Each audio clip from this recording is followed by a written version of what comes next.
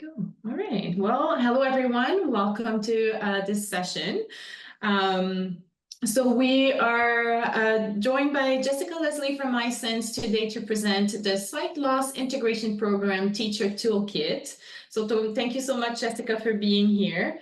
For those of you who may not know who I am, so my name is Florence. I'm the Sector Engagement Coordinator with ERASA, also known as the Atlantic Region Association of Immigrant Serving Agencies.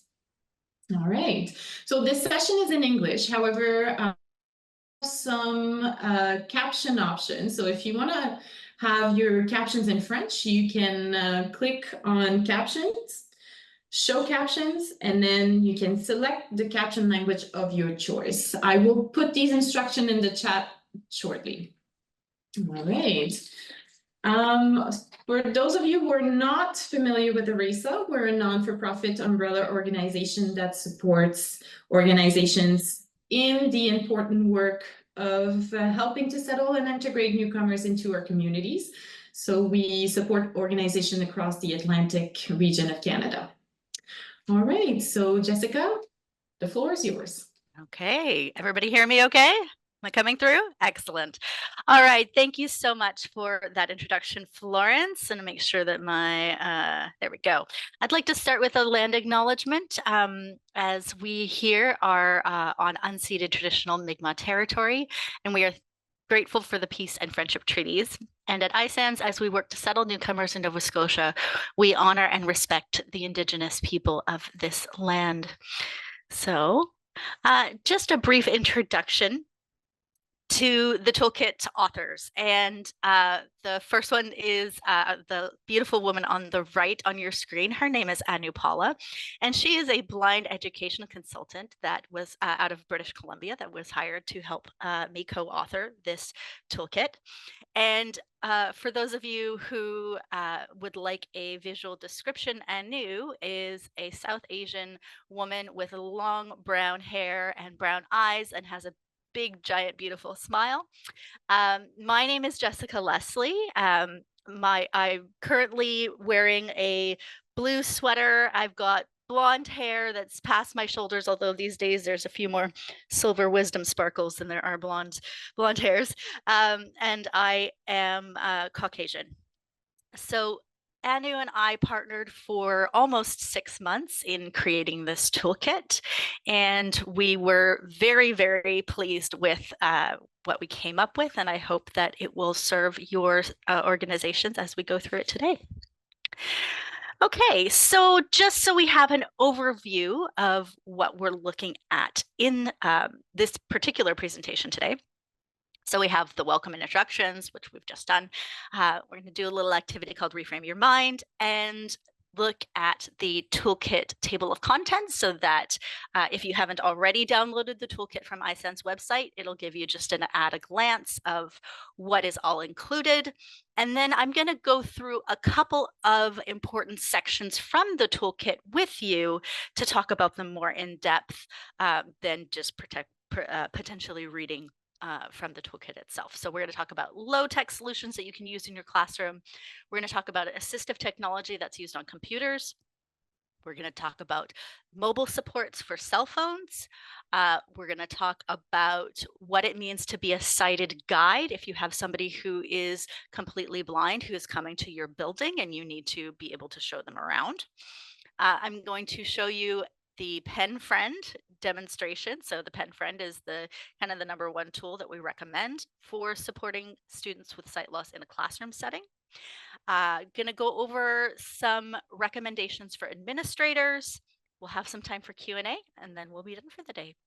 So if there are any questions before I get started, just want to give pause for that. Nope. Okay. Feel free to turn on your microphone if you have a question as I'm going. I welcome questions at any point because I know if you're like me, something else will come along and it's all shiny and new and it's like squirrel and you get completely distracted and forget the question that you had at the beginning. So please feel free to turn on your camera and say, hey, I have a question. Can you talk more about whatever happens to be? I'm totally fine with that. Okay, so this activity, I actually do need to ask you to turn your microphones on for, because this is a simulation that I'd like to do that I need to hear your responses for. So this or that. Okay, we've got people. Okay, I see some people here. Good. Okay, good. I want to hear breathing. I want to know that you're alive. All right, so we are going to pretend to be in a class together. So what I would like you to do while you keep your microphones on and cameras on, if you prefer, I'd like you to close your eyes for me. We're going to do a little simulation. So I would like you to close your eyes and pretend that you are my student and I am your teacher. Okay, here we go. All right, students, here's the sentence we're going to talk about today. I'm writing it on the board. The blue car turned left, but the red car turned right.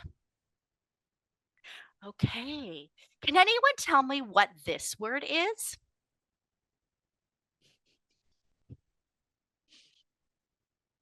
No? No. No. What part of speech is that word over there? No. No? No. What kind of punctuation is this? Okay, you can open your eyes. I think you get the point. Yeah. Yeah. Good point. So terms like this and that are really not helpful, are they, if you can't see what's happening? So I wanted to put you in the frame of mind, and it's interesting because these are terms that we use all the time, because you've written something on the board and you just point to it and say, okay, tell me what this is, right? What part of speech is this? What's this? A period, or like we use terms like this, that, these, those as basically as pronouns, but they don't hold any meaning. And so for a student who can't see the board, we need to get rid of terms like this or that when we are teaching. Pardon me. The other thing is, if you notice, it's something that we do intrinsically, is when we're teaching a class especially, we may not actually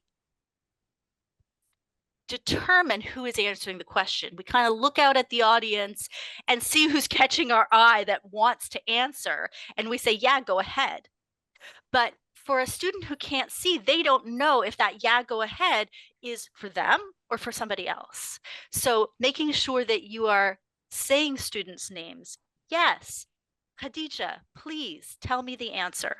Things like that are small things that we need to do to adjust in our classrooms as we start to work with students with sight loss. So anyway, hopefully that got you in the right frame of mind, just to have an idea of what it's like, very, very briefly, to not be able to see what's happening in a classroom setting. So I have a couple of poll questions for you. So Florence, if you wouldn't mind putting up the first one. If you wouldn't mind clicking on the answer, just so that I have an idea of whom I'm speaking to. So please rate your past experience working with persons with sight loss, either partial or someone fully blind. So your options are: I have no experience, I have some professional development, but no actual experience, I have some or limited experience, or I have lots of experience.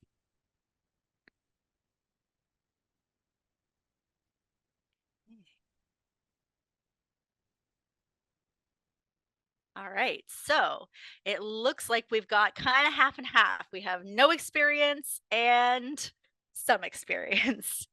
Great. All right, the next poll question, a little bit different. Please, oh, that's still question number 1. Could we have question number 2? All right, so a slightly different take on the same thing, but please rate your level of confidence integrating a student with sight loss into your classroom. So I don't feel confident, I feel somewhat confident, I feel quite confident, or I'm not a classroom teacher, so it doesn't apply to me.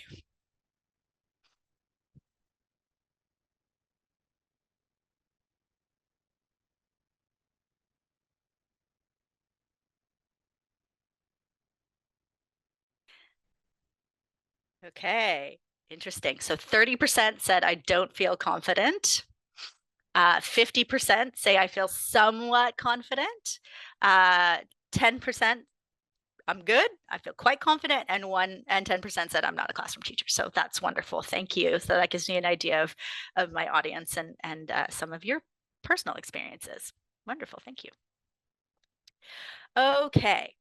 So let's talk Toolkit.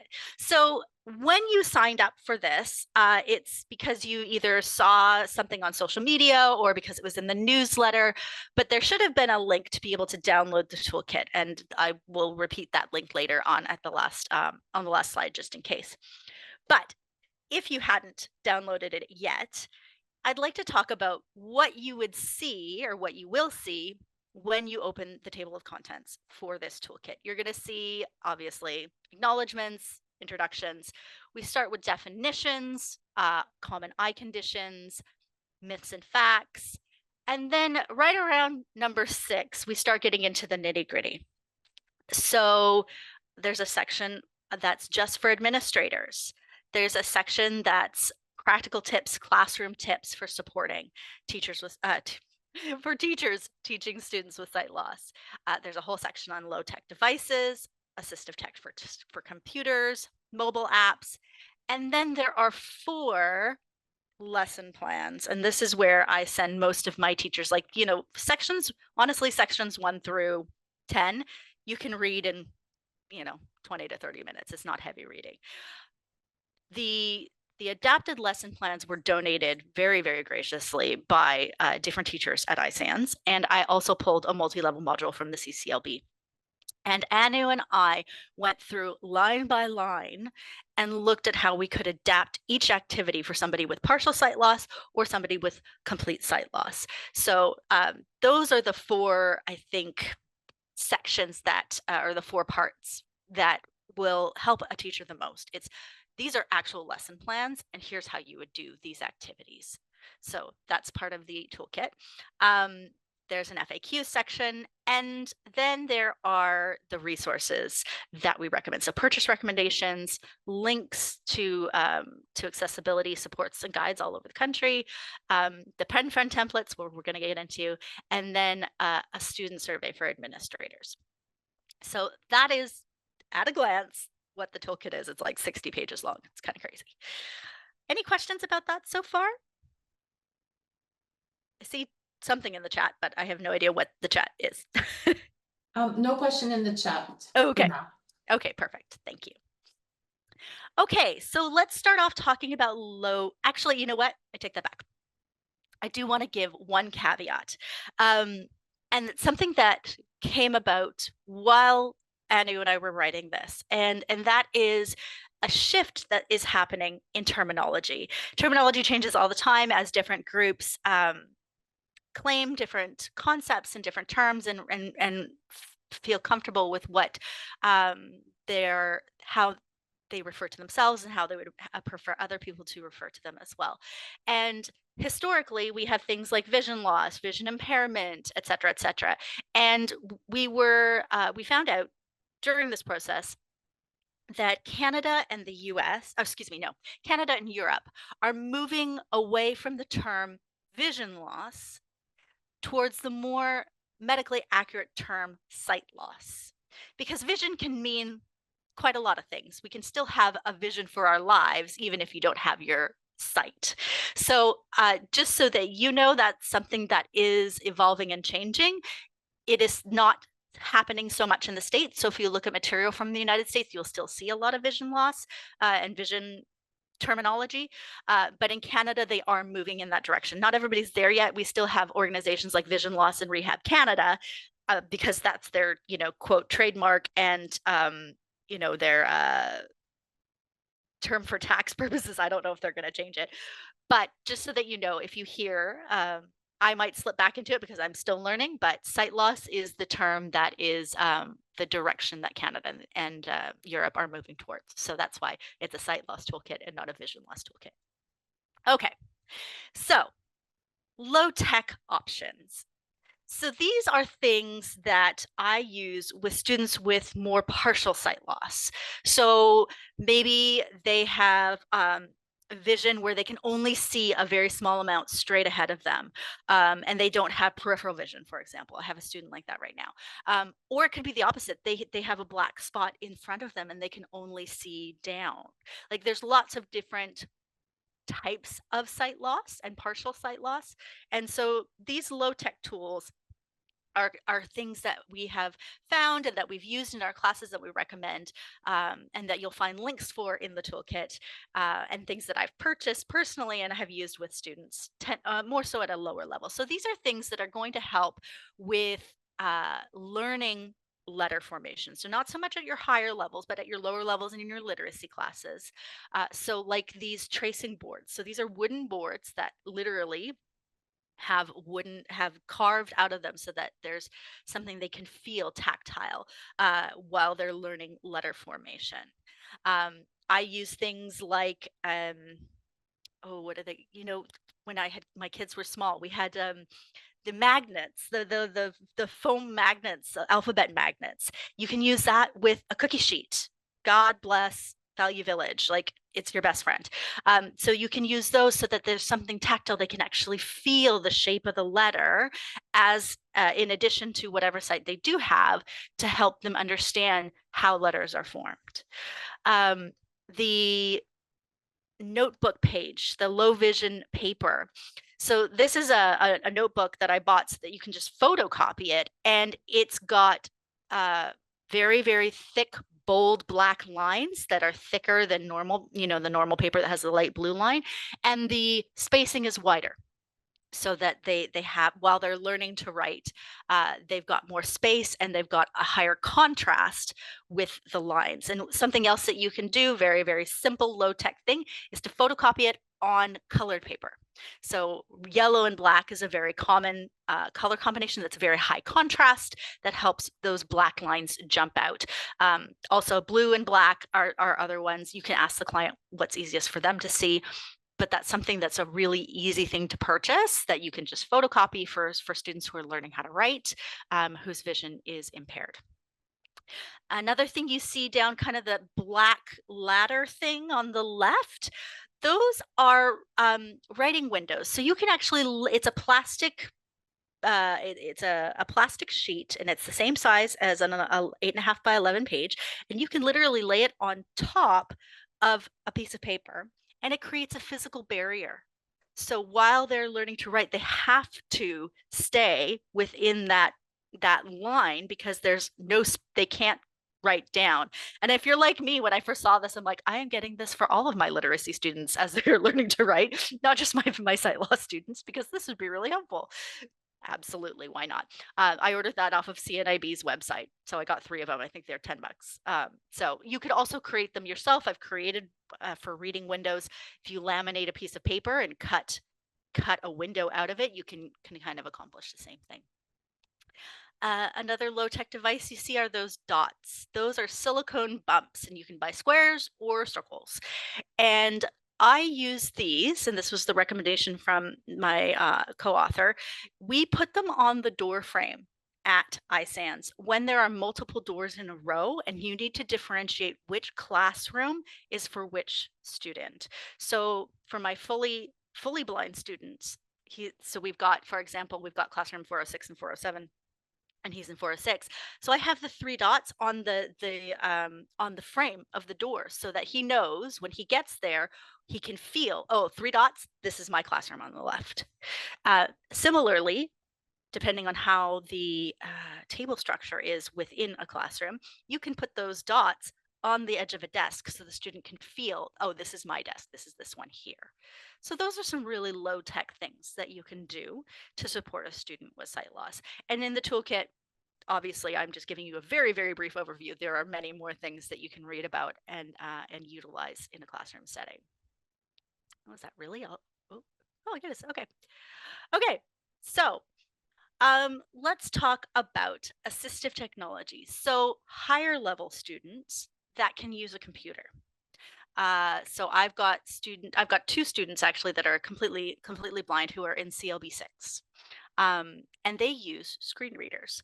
So screen readers are JAWS, NVDA, and then VoiceOver if you have a Mac. And I'd like to show you a very, very short video. Normally I would do actually, Anu would be with me. We would do a demo of her screen reader, but I want to show you what a screen reader does for a student who might use it. Ooh, I think. And Florence, Picture yourself surfing the web. hear that? You're looking at the things you like. But what if it looked like this? Okay, that's only a small percentage of people. It's more likely it would look like this. So how do you surf the web if you can't see? Screen readers are software that take this and make it more like this. Then it can read out the page for you, like this.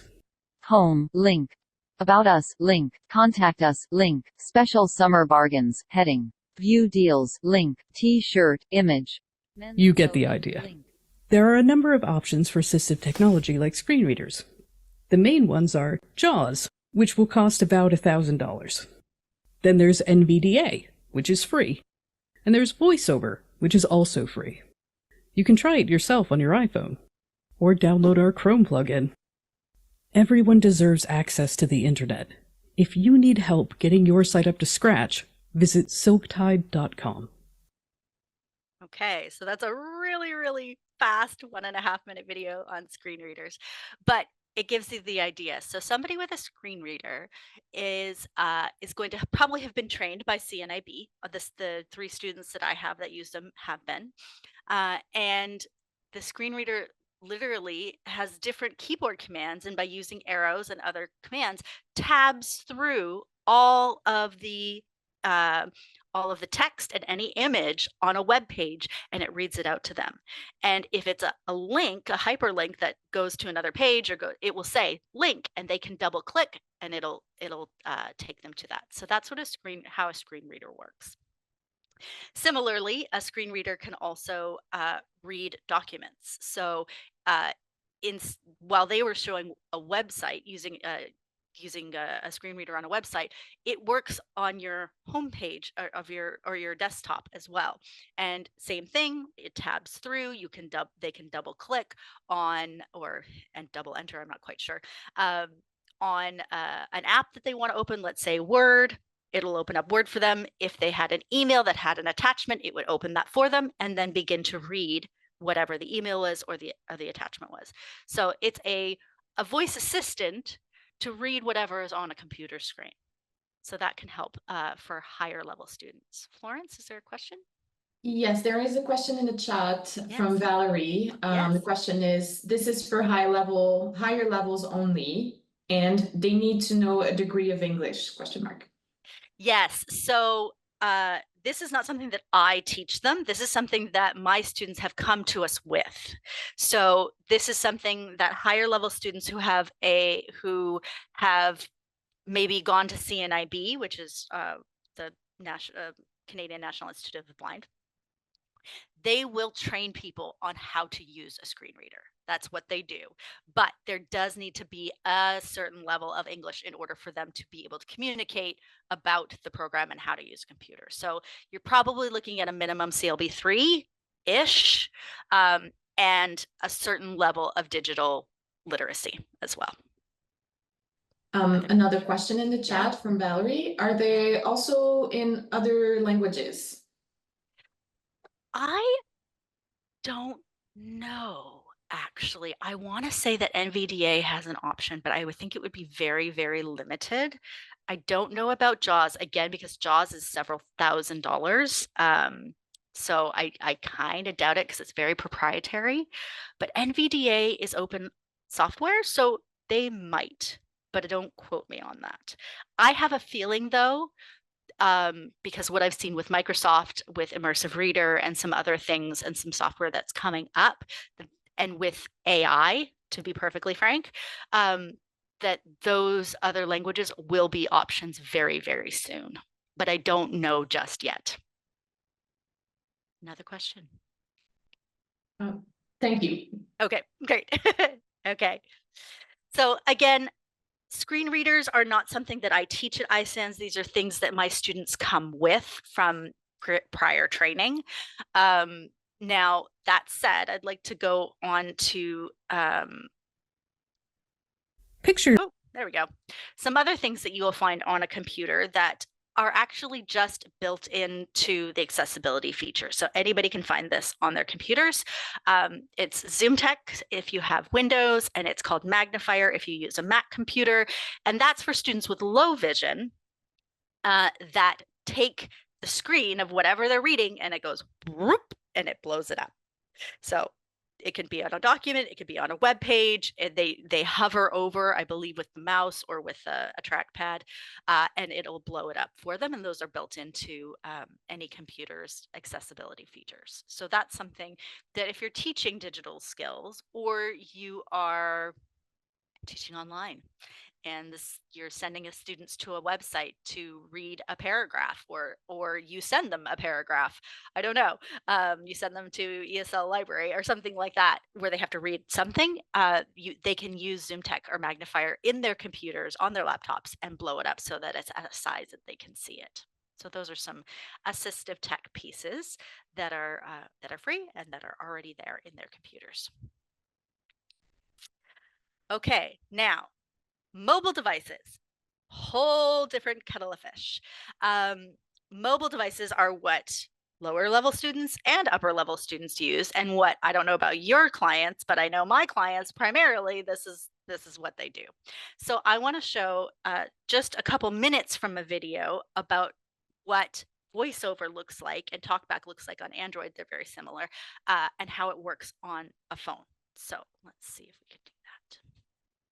So first off, let's talk about phones. Phones are probably one of the most fundamental pieces of technology most people have these days, so it's wonderful to see that they're accessible. So first I'm going to turn on VoiceOver. I have VoiceOver on and I am now screen recording, so I'm hoping that if you have some vision, you'll be able to see what I'm doing on screen. First, you should know that with VoiceOver, you are changing the gestures that you use to interact with your phone fundamentally.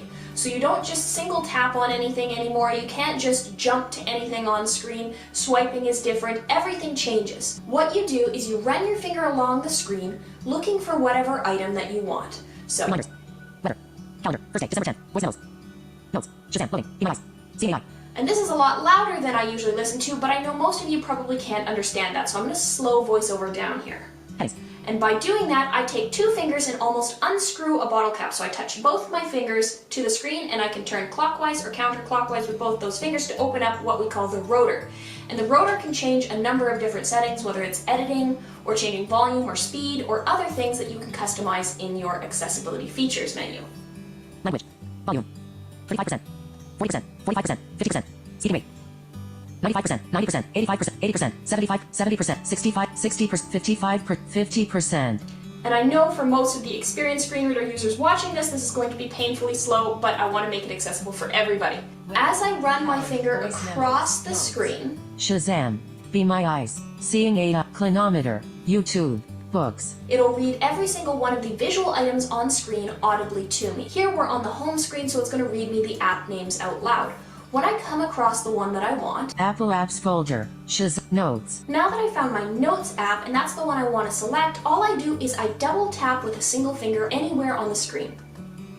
And it'll open up that app for me. Note, text field, is editing, low vision / blind focused gift giving guide, new line, infants. And it's going to read the entire thing to me.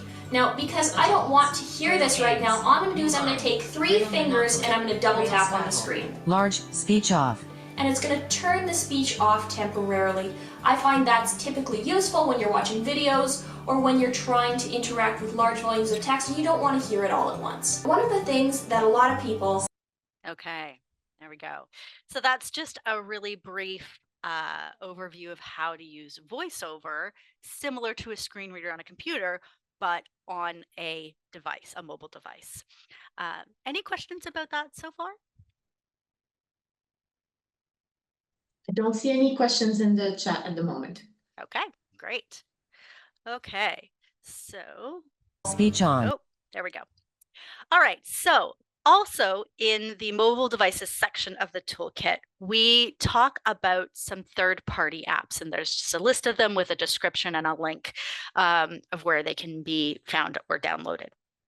So some of the ones that Anu recommend that she uses daily and recommended were Be My AI, Be My Eyes, which is part of Be My AI, Google Maps, and WhatsApp. And so she said that both Google Maps and WhatsApp are incredibly user-friendly. They're very, very simple. WhatsApp is a very simple interface. I'm sure most of us know because that's what a lot of our clients use. And Be My AI is a very, very helpful tool for newcomers to Canada who have full sight loss. Because what it does is it allows you to call a volunteer in real time to have them help you navigate something. So they have, I think they said 24,000 volunteers across North America. It's insane. It's absolutely, like, there are so many of them. And what Anu would do during our presentation is she would actually she would use Be My AI, call somebody to help her accomplish a task. So she says that in past, like, something she would do is she would take 2 shirts out of her closet, call somebody on Be My AI and say, can you please tell me which of these shirts is blue and which one is red, or whatever it happens to be. Or another thing that she's done in the past is she's dropped her keys and she can't find them. And so Be My AI will only access the back camera, but she can navigate over her floor and the person can tell her what they're seeing and help her find her keys. So you can imagine all the things, but it's connecting with somebody live to see through the other side of a phone, which is can be really, really, I think, empowering and helpful for some of our new clients if they need help navigating in a mall, they don't have any help, or something like that. Now, another aspect of Be My AI that's new is something called Be My Eyes. So this is something that just launched a year ago, and I would like to demo it for you right now. This is the only thing I can do live because I think I can get my sound loud enough for you to hear it if I hold it up. So Be My Eyes, Be My AI. Oh, sorry, Be My Eyes was the app. Be My AI is the function within. Excuse me, I got those switched. What Be My AI does is it uses AI, and you can take a picture of anything. It can be a flyer, it can be a room, it can be the street, it can be of your neighbor, and it will give you a very, very detailed description of whatever it took a picture of. So we're going to do this live right now. If you can see here, I have the same flyer that I have on the slide there. I'm going to turn on, so I'm going to have 2 apps running. I'm going to have Be My AI, I'm going to have VoiceOver on, and hopefully you'll be able to hear what VoiceOver, what Be My AI has described this flyer to look like to you. Okay? So we're going to give it a go and hope that it works. Okay. All right, so I've got my camera. I've just put this down on my desk, and I'm gonna open Be My Eyes. Here we go. Okay, I'm gonna turn on VoiceOver. Okay. VoiceOver on. Be My Eyes. Take picture. Button. Analyzing picture. Please wait. Can you all hear that? Yeah, okay. The picture shows a flyer placed on a laptop keyboard. The flyer is for a company called EnviroMasters that offers lawn care and pest control services. The text on the flyer reads, Lawn Care and Pest Control. The natural choice. There is an image of 3 dogs sitting on a well-maintained lawn. Below the image, the text reads, A new healthy approach to lawn care. Free estimate and lawn analysis. 902-865-6156. There is a mention of accepted payment methods, including Visa and MasterCard logos. At the bottom of the flyer, there is a yellow section with the text. Wow. Isn't that amazing? It even talked about 3 dogs sitting on a well-maintained lawn. So I want to do this again, but of something that you can't see. So I'm going to take a picture of my street, and I want you to listen to how it's described. So I'm going to open my window. Forgive me a moment. Take picture button. Take picture. Dim. Analyzing picture. Please wait.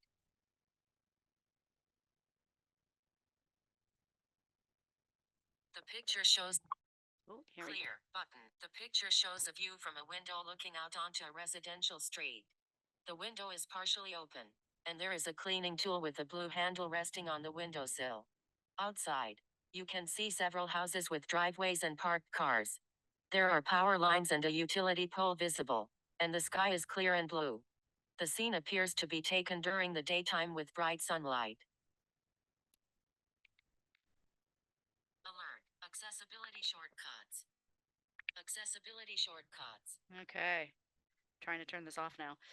All right. So, did you have a good picture of what my street looked like from that? I can't hear you, Florence. Yeah, it was pretty detailed. It's pretty amazing how well it describes what's out there. Yeah, and Dorothy in the chat says yes. Good.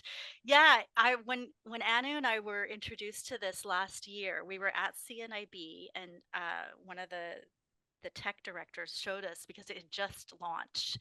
And so he took a picture of Anu sitting at the desk in their just general office area. And we couldn't, like, our jaws were in our laps. We could not believe the level of detail that this AI picture was able to communicate. So it says, like, in the foreground, there's a South Asian woman with long brown hair wearing a pink jacket sitting in front of a desk. Her purse is on the desk in front of her. It has a gold chain. In the background are motivational posters in what looks like an office setting. On the right, like, it just went through, and we were just sitting there going, oh my golly gosh, that is amazing. So Be My Eyes is the app. This is within the app called Be My AI. Imagine if you have a new student to your classroom and you help them download this. They can take a picture of a new classroom, a new room, wherever, and have it read to them at whatever speed you have voiceover set at. So I have mine set at about 50%. If you have a lower level student, you could slow that right down to 20%. And it will read exactly what the Be My AI writes for them. So amazing, amazing feature. And something that Anu said, within the past 5 years, technology has just risen up. And while it's helping everybody, it's really helping a lot of clients who are a lot of people who have sight loss. Jessica, there's a question in the chat from Valerie. Sorry to ask, but once again, do you know if this is available in other languages? I know my students and their sighted family members will ask. It is not available in other languages yet. No, unfortunately. Yeah, it's whatever. I have a feeling within 5 years that will change, but at the moment, no, it is just in English. Any other questions? Okay. All right. Well, we will continue. Okay. Is that it? Yeah. Okay. All right. So something that both administrators and teachers need to know how to do is something called sighted guide. So a sighted guide is somebody that is helping somebody with partial or complete sight loss navigate a physical space. So this is from Vision Loss Rehab Canada. They're the nonprofit side of CNIB. CNIB is the fundraising side, and Vision Loss Canada, by the way, just so you know. So we're just going to watch this very short video on what being a sighted guide means. The Vision Loss Rehabilitation Canada logo. Introduction to Sighted Guide. Many people with vision loss feel comfortable traveling independently, either while going to work, shopping, banking, or just visiting friends. But there may be times when a sighted guide comes in handy. For example, in crowded situations like office parties or street crossings, in unfamiliar places, or if the person has recently lost their sight and are just learning to get around.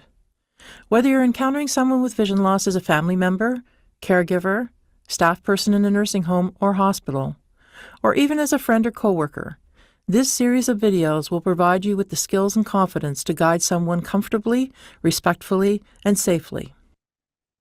Whenever you're guiding someone who is blind or partially sighted, it's important to remember to describe your surroundings, like the size of a room, positioning of a door, in detail, Sorry.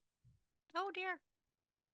whenever possible, to help the person you're guiding better understand their environment. Speak directly to the person you're guiding when you're addressing them.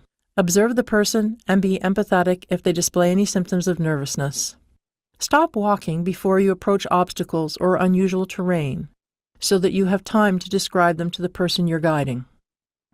For more helpful tips about living with vision loss, please visit www.visionlossrehab.ca or contact Vision Loss Rehab at 1-844-887-8572. The Vision Loss Rehabilitation Canada logo. This video has been made possible thanks to an educational grant. Okay. So, sighted guide is literally walking with somebody to help them navigate a physical space. And what is most common is you ask permission and you say, would you like me to be a sighted guide? Because if they're familiar with that term, that's a C and a B term. That's very, very common. If not, you can ask, would you like me to help you walk through the room? Like if you want to use a low level of language. And if they say yes, you say, okay, I'm going to take your hand. And you take their hand and you place it on the underside of your arm. And then you close your arm down so that they don't lose you. So that's generally what most sighted guide is like. You just kind of, I don't say pinch, but hold their hand so that they are comfortable and they're not going to let go. Some sighted guides prefer, I've seen, it depends on the person, but I've seen people holding hands. That tends to be more for families. I've seen, again, depends on height differentiation, but I've seen people put their hand on somebody's shoulder. That's also acceptable. Now, what you saw in that video are things like making sure that you stop and tell them when something is about to change. So if you are about to go up or down a step or multiple steps. So for example, coming into ISANS, we in our Joseph Howe location, we've got 3 steps up into the building. So I will walk from the sidewalk with my client and I would stop and I say, okay, we're about to go up 3 steps. And then I count them with them just because that's good practice in English anyway. 1, 2, 3. I stop before the door. I say, okay, we're about to go through the door. It's going to open towards us. So I talk about how the door opens. As a sighted guide, you go through the door first. So you open the door and walk through. Usually the person behind you, the person that you're guiding will hold the door. Not always, but they technically are supposed to. So anything like that, or as I'm walking into a room, I would say, okay, we're in the lobby of ISANS. We talk about the lobby and I say, okay, we're going to walk about 15 steps and we're going to come to some elevators, right? And so I'm describing what I see in whatever language level is appropriate to that person as we go. Is there a question, Florence? Yes, so Valerie has a question, or 2 questions.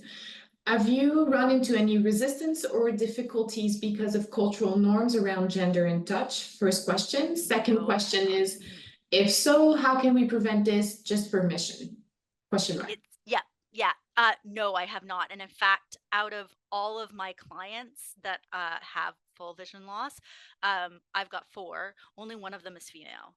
And all 3 of the other the gentlemen had absolutely no problem with taking my arm and walking around the building. I think there's certain things that overcome cultural challenges, and if they don't want to, I just say, again, I ask permission, and that's like, can I help you walk around the room? Can I take your hand and put it on my arm? You know, and they can say yes or no. I have yet to have anybody say no, for what that's worth. So I think also it helps that all 4 of those clients, because they are fully blind, have been working with CNIB for the past several years, and so they have gotten used to, this is how we do this in Canada. This is how you are blind in Canada. So that's just a guess on my part, but no, I have not had any issues or questions when it comes to the teacher showing me around the room. This is great. So for what that's worth.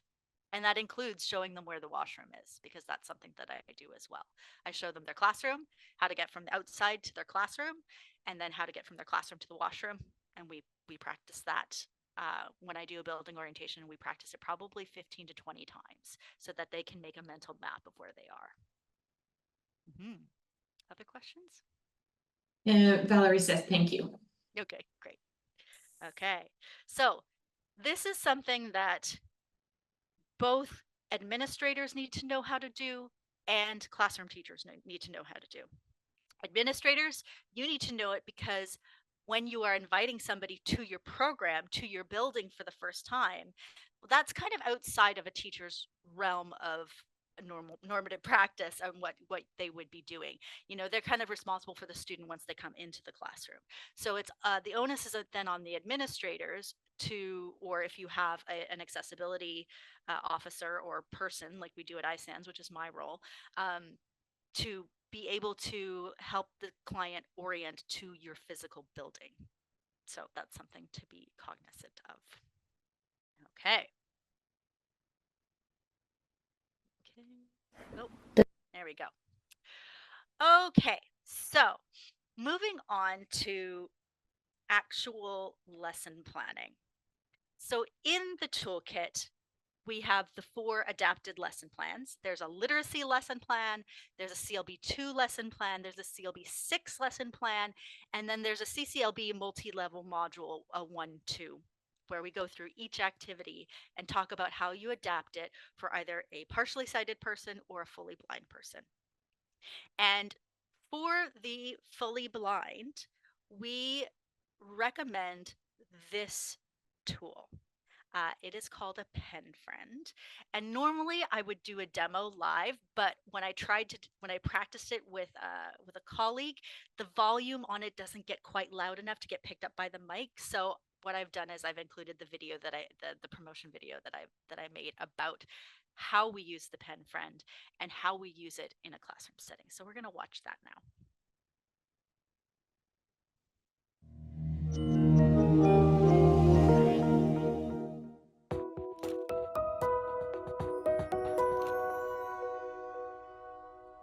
The Pen Friend is an audio recording tool created to support persons with sight loss in their homes to identify items. Special recording label stickers are placed on an item. The person records the name, and then anytime the label is touched by the Pen Friend in the future, the recording is read out. An example could be labels put on different cereal boxes. The person would pick up the box, find the label, touch it with the Pen Friend, and hear Cheerios. We've taken this tool and come up with a set of templates to illustrate how this could be utilized in a classroom setting. I'd like to show you a couple of these that would work at a lower level, as well as an activity from the toolkit at a higher level. So here I have a calendar template. March. I can tap on the month and it will read it out for me. Similarly, for any days or numbers that you put on your calendar. Thursday, 29. Once the month is done, I can re-record with the new month's information. So here I have a for-exchanged dialogue template, and I've recorded a CLB 1-2 dialogue on it with a colleague. Let's take a listen. Hello, I am interested in the apartment for rent. I have some questions. Oh, okay. What do you want to know? How many bedrooms does it have? It has 2 bedrooms. So while this particular template has 4 exchanges, you could make your own template with as many or as few as needed for your level, especially if you teach at the upper levels and your dialogues are a little bit more complex. The student would be able to touch each of the stickers and hear the dialogue on an individual basis. So as you can see, the Pen Friend has lots of potential for classroom use. Because the stickers are limited, I recommend creating your own laminated reusable templates, both including and beyond the ones that we provided in the toolkit, that you can re-record as needed. Okay, so something that wasn't in the video that I have done since, and it was just a timing thing, is that, for example, on that, both on the calendar template and on the, well, actually in all the templates, and I mentioned this in the toolkit, the dialogue template, let's take that for example, where it has person A, person B, person A, person B, is I actually have a sticker on the an A sticker and a B sticker, an A, B, A, B, glitter stickers, so that it becomes tactile, so that the person can touch where, so that they can find the recorded label sticker that's next to it. So for on other ones, for like the calendar template, the Monday, Tuesday, Wednesday, I have M, T, W across the top, and in the grid, I actually have the numbers 1, 2, 3 to 31, depending on the month, so that the student can find the appropriate number and hear it, but in a tactile way as well as the auditory way. So that's just something. There's templates, and then you kind of need to put something. I laminated my templates, and then I put stickers on top of the laminated pieces so that they can find where the audio recorded labels are. So that is the Pen Friend. It is amazing, I have to say. It totally changed how we thought about being able to do worksheets when we figured out that we could use this. They are a bit pricey. They are about $300. So we invested in several. They get signed out to teachers who have students with sight loss in a physical class, obviously not an online class. And I check in with them to make sure that it's still, in good condition on a regular basis. So I want to go through a couple of worksheets from the multi-level module and show what template you could use in order to accomplish that particular worksheet in a class on a given day. So let's try this. Oh, come on. Okay. So on the left is a set of flashcards from one of the CCLB multi-level modules. And so I think I want to say there were either 10 or 12, but I want to say 10, and that's why I did 10 originally on these templates. So what I have a card, the one in the middle is when they are learning the vocabulary for the first time. So wherever you see a hashtag in the templates in the toolkit, that's where you put one of these recorded labeled stickers. So that's what those hashtags are. So that's where you'd put the stickers. So this would be a half-page theme vocabulary. And let's say they have 10 new words that they're learning. It would have 10 recorded stickers on it.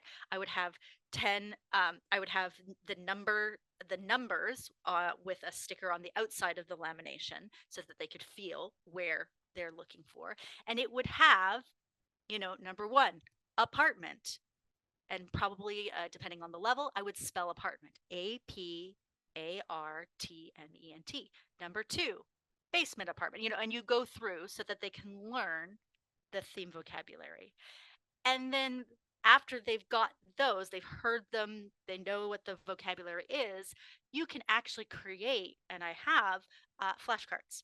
So I have this template of flashcards. I cut it up. I put my audio recording label stickers in, and then I laminate it. And then I cut up the lamination. And then they can actually use flashcards like a sighted student would use the flashcards that are included in the module lesson plan. And the teachers and the students have done things where they have to listen to, they can put it in alphabetical order based on sound. They can do things where it's matching. So at a higher level, it could be the word, and they have to find the definition, and then they have to match them. Like any number of things you can use these flashcard templates for. And again, all all of the recorded label stickers are re-recordable with the Pen Friend. So you can record them new for every theme. Another example is this one was 6 situation cards or situations, types of families. Or you could do if you had like comprehension questions for a text that was being discussed. I have an activity questions template, and again, 10 stickers. And so on number 1, I would say 2 adults and 2 young children. They have a car and a cat. Number 2, 1 adult, and I'd go through. Or if it was comprehension questions for a text or something that they had done in class, then I would read those questions individually for each sticker. So that's that one. And then here is the, on the left is what sighted students would have, and it's a dialogue. And on the right, we have our dialogue template. And they would hear, as you saw in the video, student A, hello, I'm interested in the apartment for rent. I have some questions. And then student B, okay, what do you want, and they would go through the dialogue, they would listen to it and then repeat it, as opposed to reading it and repeating it for what a sighted student would do. Okay, so those are some examples of how you could use the Pen Friend to modify worksheets and activities that you do in a classroom setting. All right, on the last stretch, just a few more slides, and I know we're already at an hour, so I don't want to keep you for too long. I do have an entire section of recommendations for administrators, and that was because while this is technically a toolkit for teachers, there were just so many things that came up while we were talking about how to bring a student from ground zero, like from they've just taken an assessment at an assessment center and got a recommendation, a referral to our language program. And there's a lot of things that happen between that recommendation or that referral and when they come into a classroom. So we actually created this section for administrators on the things that administrators need to consider or do to prepare for a student who is coming. So highly recommend reading that for those of you who are not teachers, and even if you are a teacher, I found it interesting, but that's just me. I'm a bit of a nerd. But something that I wanted to highlight from that section that's actually at the end in the resources is this student survey. So we'll get a referral from our testing facility, which is called Lens, and it will say client is blind or client has sight loss. Especially if it just says sight loss. I'm like, well, what does that mean? Like, are they fully blind, or do they have really thick glasses? Like, what are we talking about here? And so in order to get more information, in order to prepare for that student to be successful, Anu and I created a 25 question survey that we use our interpreters for and our interpreter budget for to call the student and in their language get the answers to these questions. So asking about how much can they see, how they navigate buildings, how they navigate documents, etc. So it works for us. I'm not saying it's the beat all end all. It's someplace for you to start for your particular organization, but at least it gives you an idea of what types of questions you should be asking. So that's something to be aware of. Another resource is, another recommendation rather for administrators is directions. So similar to a sighted guide, if a student is coming to your building, your facility for the first time, you need to send them directions, either typed in text form or emailed if that's their preference, or in audio format. So I've recorded the directions on getting from the parking lot to our ISANS office, and I want you to listen to get an idea of what that sounds like. So here we go. Walking directions from the entrance to ISANS office at the Mumford location. From the main door, take 5 to 6 steps out and turn to your right. Walk straight until you find the elevator. Press the elevator panel button on your left. From the bottom, push the second button from the bottom to go up to the second floor. When you enter the elevator, the button panel is on your right. It has 6 levels of buttons. You will push the very top button that has the number 2 to the left of the button. When you get to the second floor, walk out 4 or 5 steps out of the elevator and turn right. Walk down the corridor until you come to a wall with your cane or your walking partner. Turn right onto the carpeted hallway and walk straight until you get to the doors at the lobby of ISANS. Okay, so just to give you an idea of the types of directions that I send my students, that is one of them. And I will either send them this audio clip exactly, or I have the text version of this audio clip and I can either email it to them or WhatsApp it to them, depending on their preference. So even if I can't meet them at the door for whatever reason the first day that they're coming, at least they have step-by-step directions, so that literally step-by-step directions on how to get to our offices. So that's a recommendation that we have for you as well. Walking direct. There we go. Okay, that is pretty much the end of my part of the presentation. So if you have any questions, now is your moment. Jessica, I know you can't see the chat, but Shana had to leave and she says, thank you. She's glad to see this work, that we need to normalize these conditions in our classroom. Wonderful. So if people want to use people want to use the raise your hand function or also put their question in the chat, Jessica will be happy to answer your questions. Yes, please. All right. Well, Jessica, I do have a question for you. Yes. I know Avenue is a tool that a lot of instructors use. So can you tell us if the screen reader is able to read Avenue?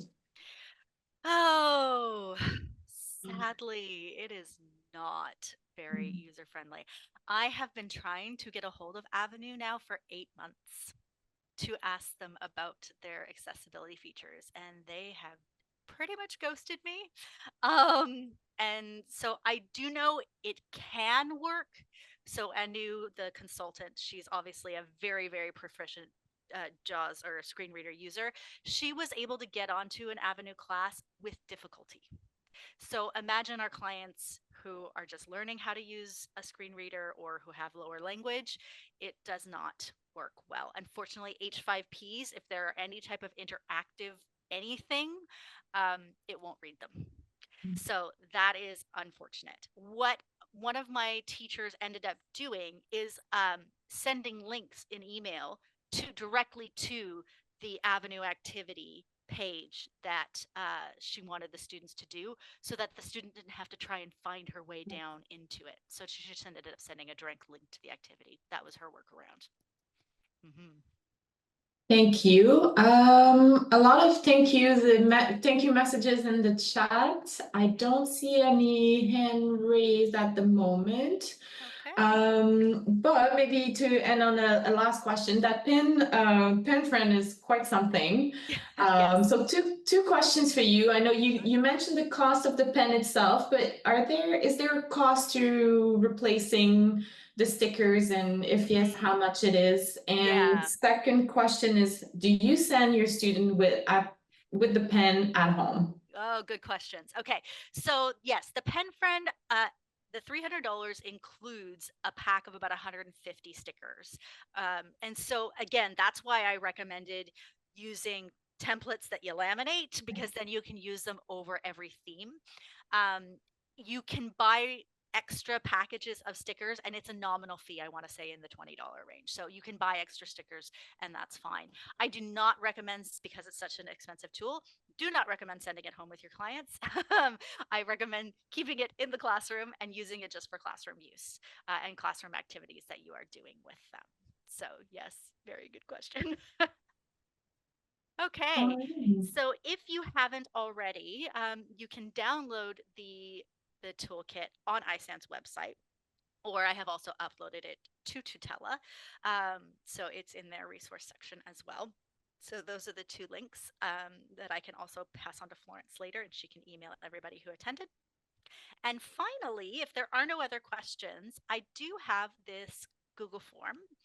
And I would love to hear your feedback about what you learned today, and if it is going to help improve your practice, if you think you're going to be able to use what we talked about and in the toolkit at any time, and any other information that you'd like to share with me. If you have ideas, there's an option, there's a question, fill-in question as well. So if you are willing, I'd love to hear from you.